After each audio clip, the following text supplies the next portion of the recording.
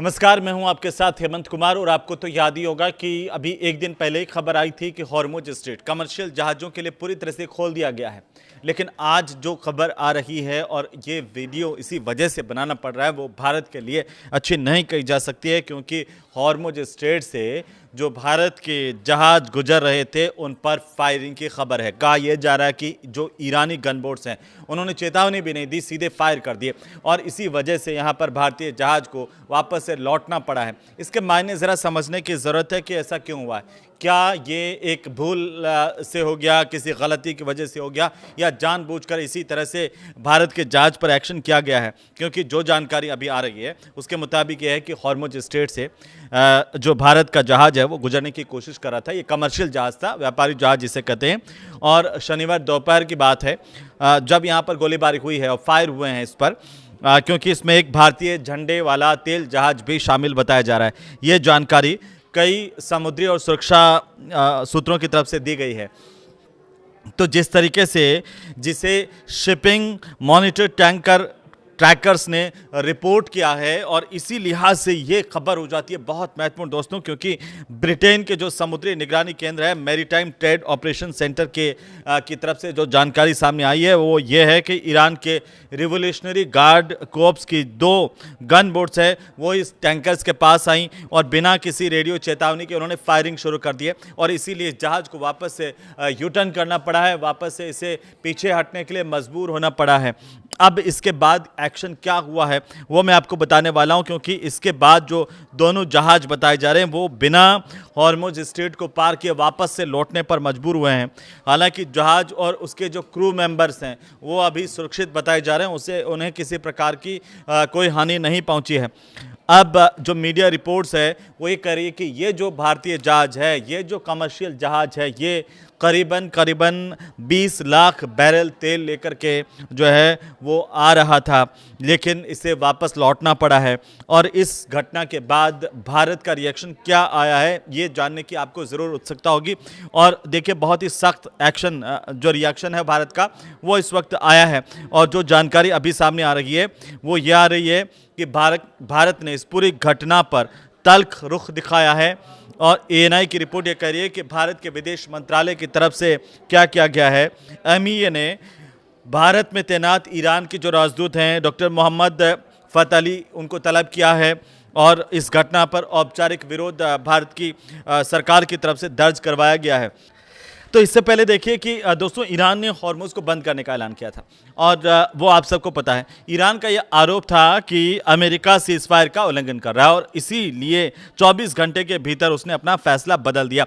Hormuz में आप जानते ही हैं कि कैसे फारस की खाड़ी एक छोटा सा रास्ता है, उसके बाद ओमान की खाड़ी से होता हुआ ये गुजरता है, अरब सागर में मिलता है। लेकिन पिछले 24 घंटों के 5 बड़े अपडेट्स जान लीजिए, क्योंकि आज का दिन जो है वो बेहद ही इस लिहाज से बहुत खास है कि आखिरकार अब आगे इस पर क्या होने वाला है, क्या एक्शन भारत की तरफ से होने वाला है। तो देखिए कि ये पूरा का पूरा जो सिनेरियो है इसमें आप समझिए कि दोबारा से बातचीत के संकेत मिल रहे हैं। और पिछले 24 घंटे की बड़ी अपडेट ये करी है कि अमेरिका और ईरान की टीमें सोमवार को फिर से पाकिस्तान के इस्लामाबाद में बातचीत शुरू कर सकती हैं। हालांकि दोनों पक्षों की तरफ से अभी तक इसकी कोई आधिकारिक तौर पर पुष्टि नहीं हुई है, लेकिन हॉर्मुज स्ट्रेट एक बार फिर से बंद होने की बात सामने आ रही है। ईरान ने इस हॉर्मुज स्ट्रेट को बंद कर दिया है और इसीलिए हाथ से कोई भी जहाज अब इस रास्ते से अभी नहीं गुजर रहा है। तो ये थोड़ी सी चिंता की बात है पूरी दुनिया के लिए, वैश्विक समुदाय के लिए। और आपको हम बता दें कि ये आरोप ईरान की तरफ से लगाया गया कि जो सीज़फायर की शर्तें थी उनका उल्लंघन कहीं ना कहीं अमेरिका की तरफ से किया गया है।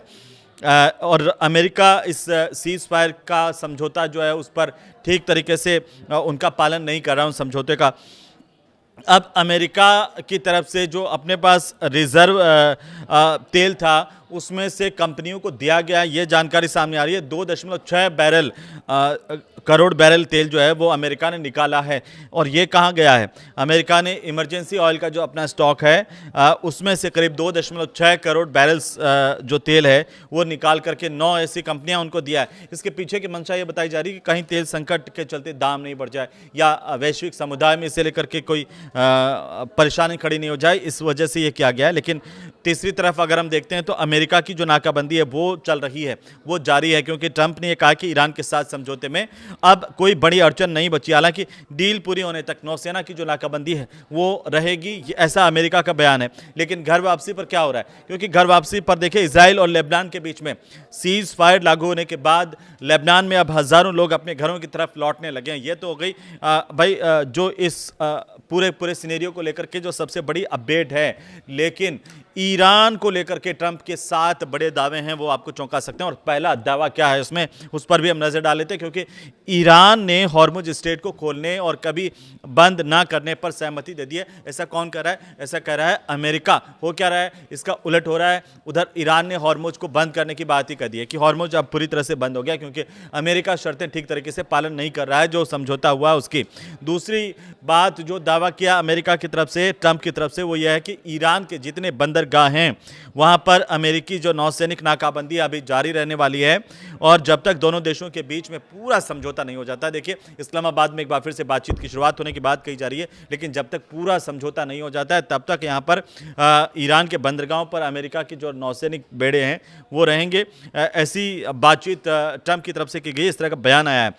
और तीसरी सबसे बड़ी बात जो कही गई है 7 दावों में, वो यह है कि ईरान के साथ रविवार से जब बातचीत आगे बढ़ेगी और स्थायी सीज फायर की दिशा में काम होगा, यह अमेरिका कह रहा है। और चौथी बड़ी बात है कि ईरान अमेरिका की मदद से समुद्र में बिछाई गई माइन जो है वो अब हटा रहा है।